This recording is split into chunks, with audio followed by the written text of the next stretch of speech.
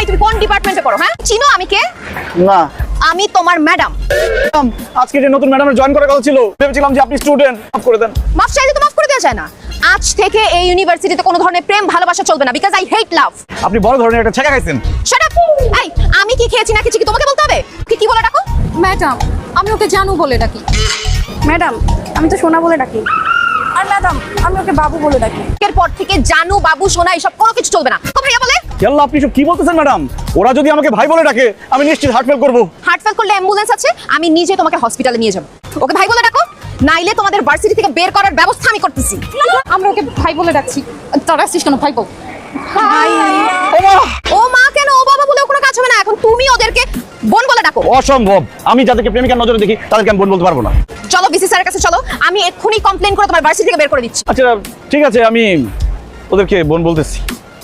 বোন। এভাবে না, তুমি সবার নাম ধরে ডেকে বলো আজকে থেকে তুমি ওদের ভাই আর ওরা তোমার বোন। মিথিলা, তামান্না, সাথী, আজকে থেকে আমি তোদের ভাই।